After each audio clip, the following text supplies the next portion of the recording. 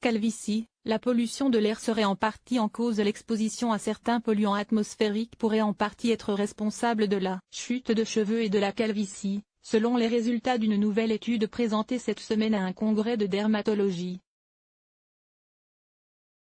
Polluants atmosphériques malheureusement répandus, les particules fines pourraient jouer un rôle dans la chute des cheveux et a fortiori dans l'apparition de la calvitie chez l'homme.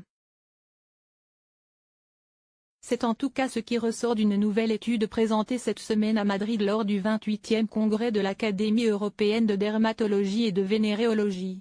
L'équipe de recherche a ici exposé des papilles dermiques, cellules du cuir chevelu humain présentes à la base du follicule pileux, à diverses concentrations de poussière et de particules fines issues du diesel, de type PM10, particules dont le diamètre est inférieur à 10 micromètres. 24 heures après, les scientifiques ont détecté les égaux niveaux de protéines présentes dans les cellules, et ont constaté que l'exposition au PM10 diminuait les niveaux de caténine, la protéine responsable de la croissance et de la morphogenèse des cheveux.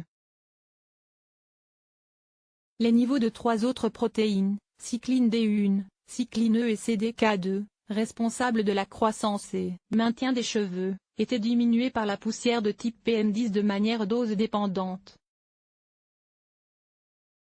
Ainsi, plus le niveau de PM10 était élevé, plus la diminution des niveaux de ces protéines était importante.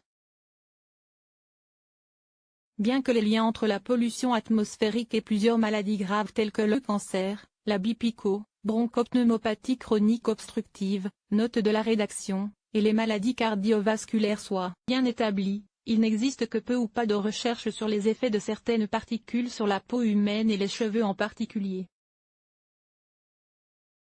Nos recherches expliquent le mode d'action des polluants atmosphériques sur les cellules de la papille dermique du follicule pileux, et montrent comment les polluants atmosphériques les plus courants entraînent la chute des cheveux, a conclu Yoo-Chul Kwon, chercheur sud-coréen et co-auteur de l'étude. Source: Eureka Alert.